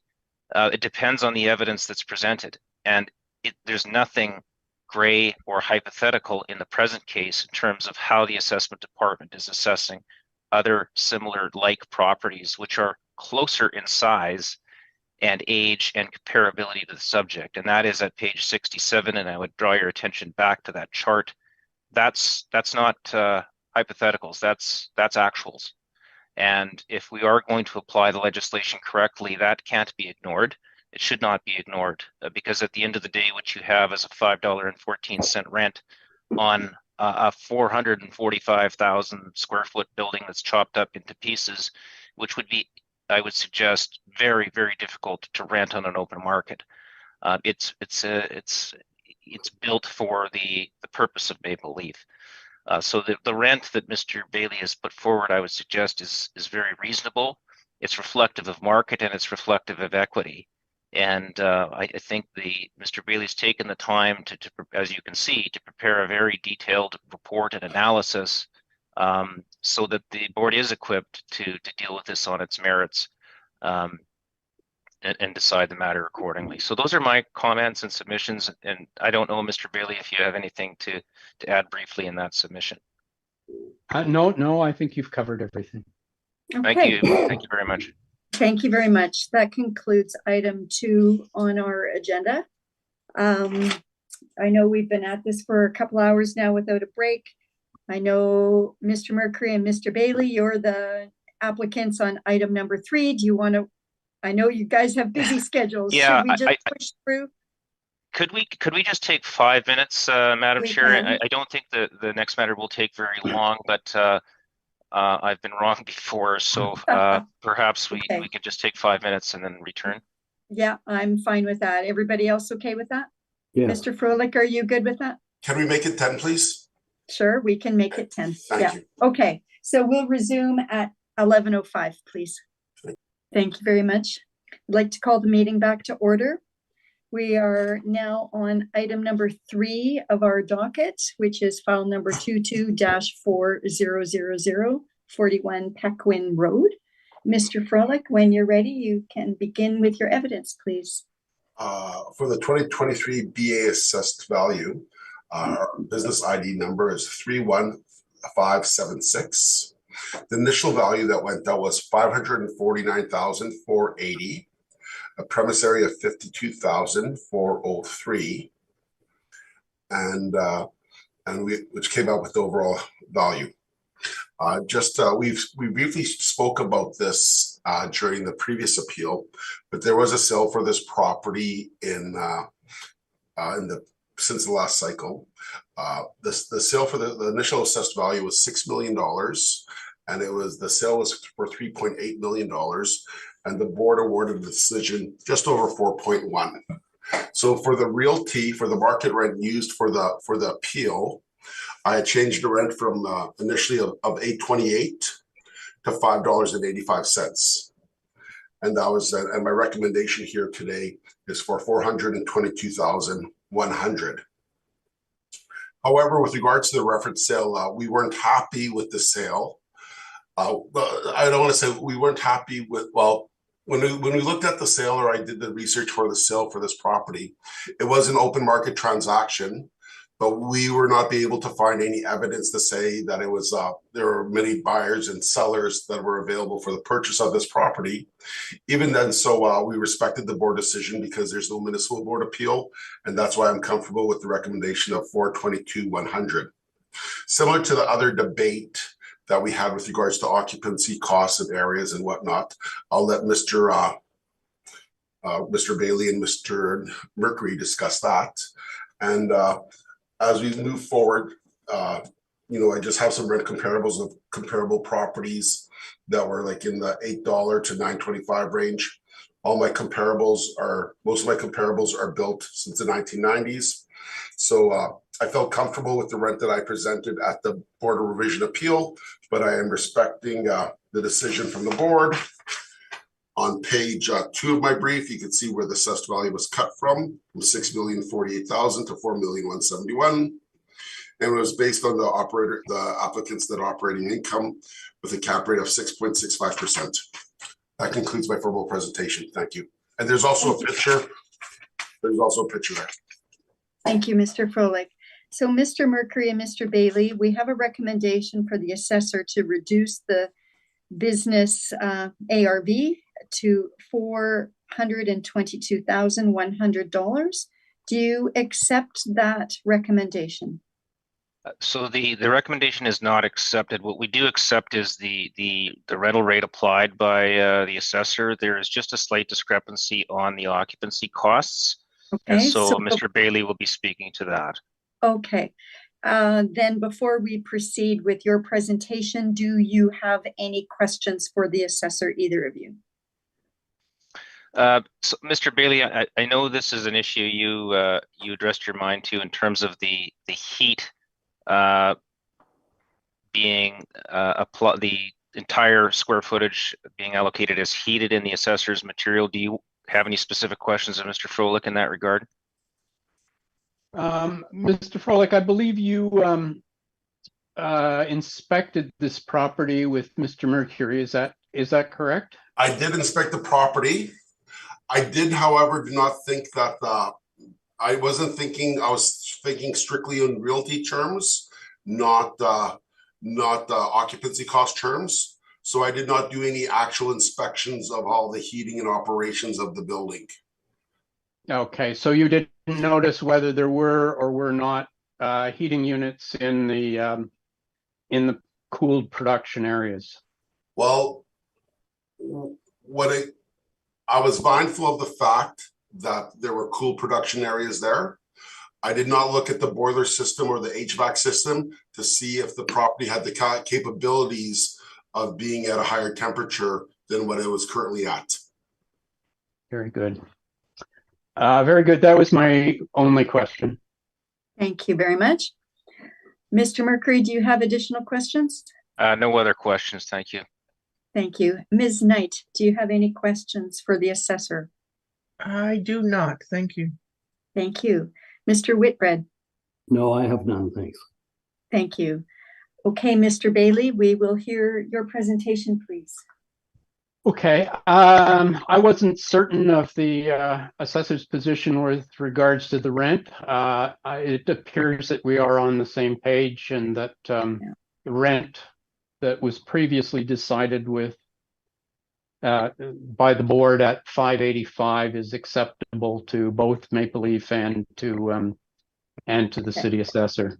So the only issue is really an issue with regards to the costs, the occupancy costs. And again, it comes down to heating and the fact that there is no heating in the production areas.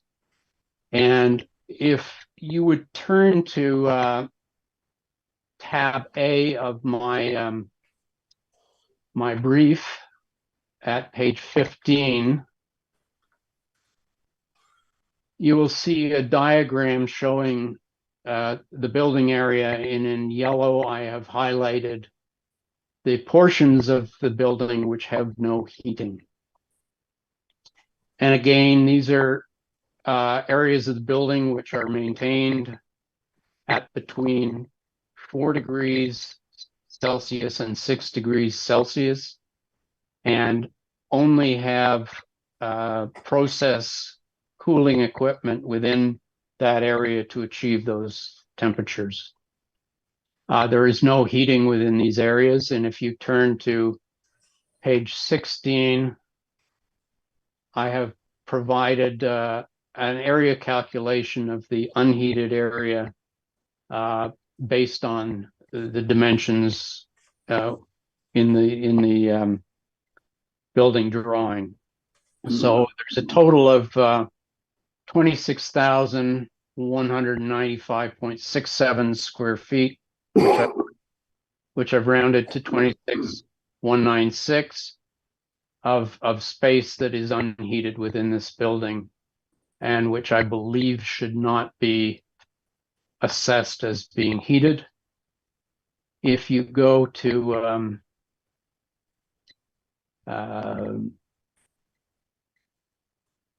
my calculation of occupancy costs, again, I've mentioned at page 12 a number of properties where the assessor has assessed the heat based on what's actually there, rather than areas which are where there is no heating. And again, they include 870 Lagimodier, 200 Dawson Road, 1570 Clarence, and 350 Debates. And further details of those properties are provided at tabs number 9, 10, 11, and my rebuttal information. So if we go to the valuation summary at page 13, I have deducted that 26,196 square feet from the total building area to get a heated area of 26,202 square feet. And that is the only change I've made to what would have been the assessor's value of 422,100. Use it, so it lowers the heating cost by roughly $16,000 from what the assessor had. And if there's any questions, I'd be happy to take your questions.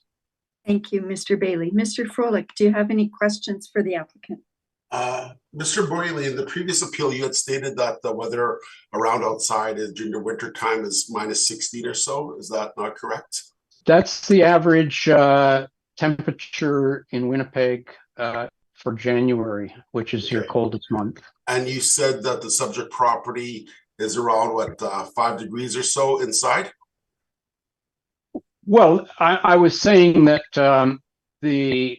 the production areas are cooled to a temperature of between 4 and 6 degrees Celsius, and that given that the temperature inside is roughly 21 degrees and the temperature, the average temperature outside is roughly 16 degrees, that if this space was not being cooled, it would be at about 5 degrees Celsius. Okay, so is the temperature 5 degrees Celsius in the cooler areas? No, they reduce it from there to they reduce it in the portions at 4 degrees to 4 degrees. Okay, so it'd be 4 degrees. Okay, so would that not be heated space relative to the outside areas in January of this year? No, the cooling system is pumping through liquids at a temperature of 4 degrees to the 4 degrees area, which is then in turn cooling down both the product and the space around the product to 4 degrees. So would the cooling system be able to cool the area to 10 degrees? Or is yes, it is? yes, but it would. Again, it's a system that is developed for cooling, not heating. Yeah, I So understand. it would not be capable of bringing the temperature up to a comfortable ambient temperature of 20 or 21 degrees.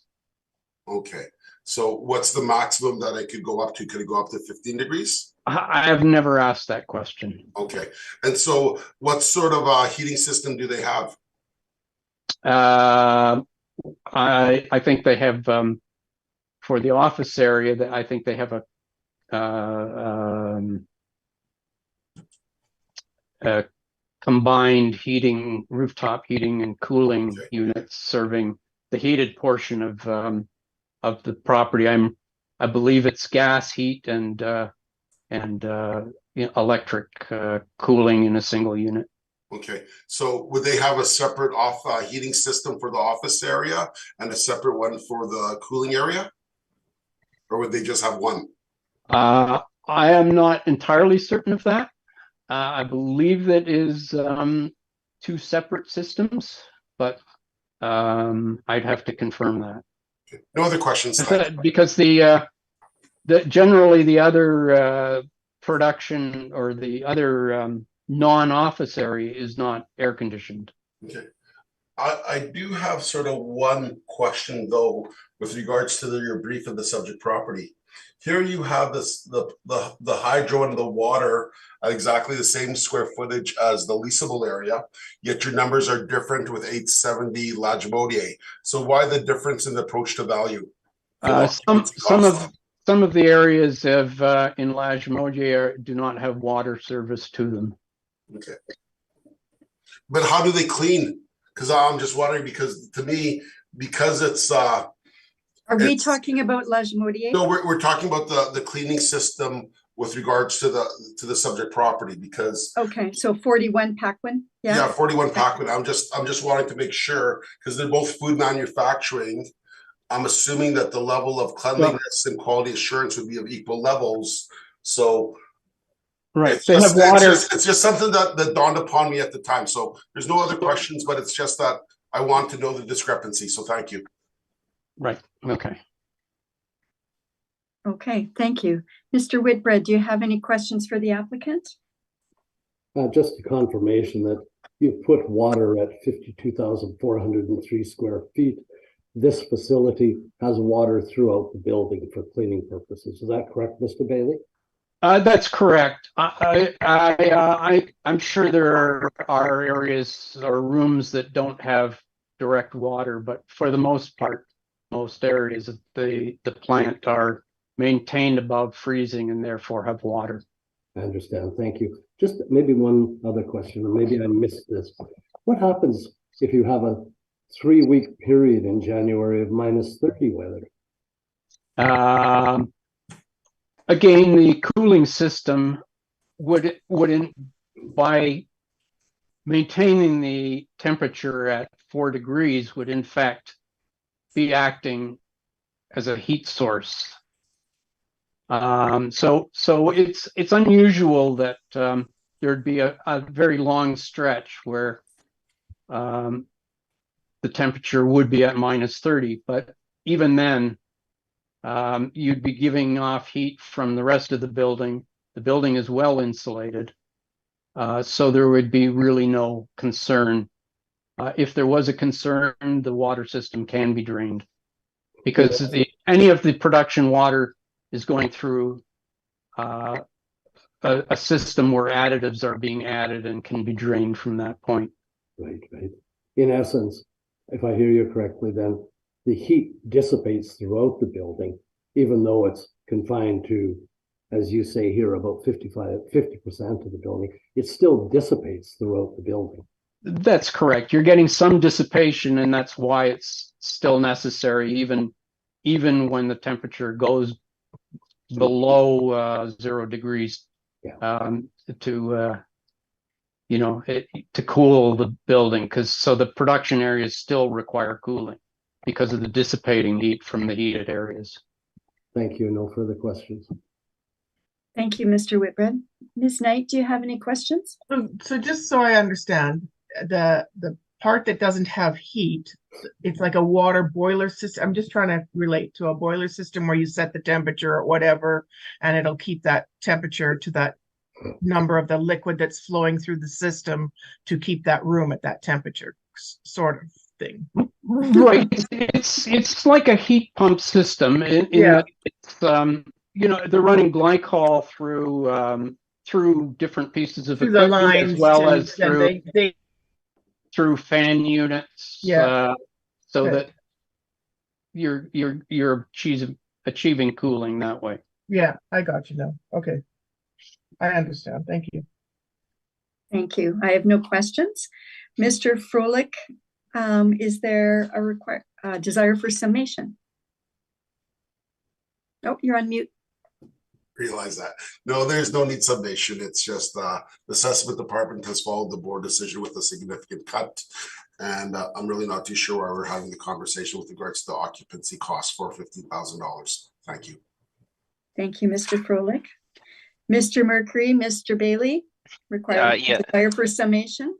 Just very briefly, and I do appreciate Mr. Froelich's comment in terms of overall value. It perhaps is not seen by the assessment department as overly significant, but our task here is to get it right. I haven't heard really any dispute from the assessor in respect of the evidence that's presented by Mr. Bailey. The drawings are there, the evidence is clear and uncontested, and it's also consistent with how the occupancy costs were addressed at 870 La Jamodier, for example, where heat is only applied to a portion of the building, less than 50% of the building. And we've seen other examples of that as well. And I won't go back through the various other assessments, but 870 La Jamodier would be the best comparable in terms of how this particular issue is addressed. And when Mr. Bailey looked at it, we just felt it was appropriate to get those occupancy costs correct. And that's why you've seen the submission that has been presented. So Mr. Bailey, anything further that you'd like to add? No, that's fine. Thank you. Okay, thank you very much. That concludes item number 3. So I think with that, Mr. Mercury and Mr. Bailey, you are done for the day. So I thank you very much and for your presentations. And Mr. Froelich, you're still around for the next one, correct? I am still around. Aren't you excited? Yeah, absolutely. Thanks very much. Thank you. We'll just take a minute to get Mr. Story into the room, and I have to get a plug for my iPad because I'm going to lose connection any minute. I'll be right back.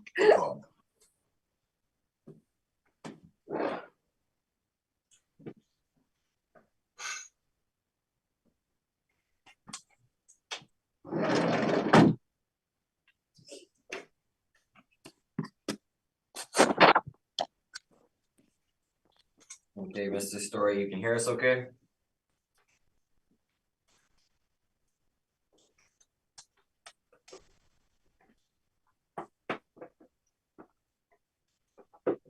Mr. Story, sorry, you are on mute, I believe. Can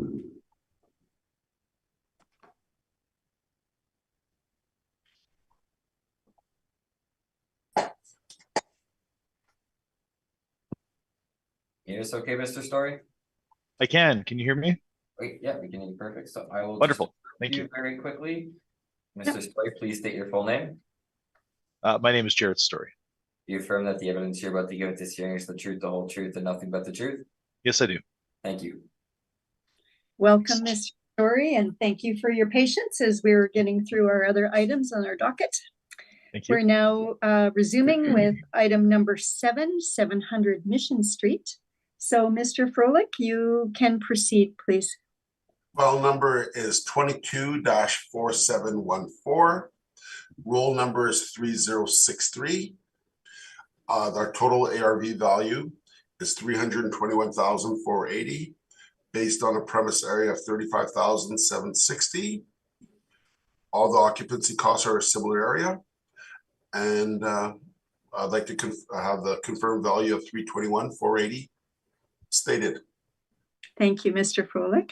Mr. Story. Thank you, Madam Chair. No, we have no questions. We're simply requesting that the file be confirmed. We intend to deal with this matter along with the realty at the next level, so that they may be discussed in concert. So we're simply requesting confirmation of this file today. Thank you, Mr. Story. Ms. Knight, do you have any questions for the assessor? Oh, she frozen. Seems to be, Stephen, can you see if Ms. Knight is connected still? He's connected. Can you still hear me? Oh, I'm trying now to we connection can. here. Yeah. Okay, I all of a sudden I'm showing a weak connection, so I stopped my video. Okay. Do you have any questions for the assessor? I do not, no. Thank you. Mr. Whitbread? I have none, thanks. And I have none. So I think that then concludes item number 7 on our agenda. Mr. Story, that was short and sweet. Yes, thank you very No. much. Lady Chairperson, Yes. is it possible in situations like this? Because I feel bad for Jarrett. He's on vacation. Could we have pushed him up to be at the first of it? Because he got stuck being around and not enjoying his vacation time. Oh no, for like a 2.5-hour hearing. I quite enjoyed the discussion, so I'm fine, Mayor. Thank you for I your thought you're on concern. vacation. Okay. You shouldn't be working and learning. Come on, Oh Jarrett. well. Oh Well, wow. Okay. We've now heard all items on our agenda, and this hearing is now adjourned. So thank you very much, Mr. Froelich and Mr. Story. Thank you, everyone. Take care, everyone. Good day. I know. Take care.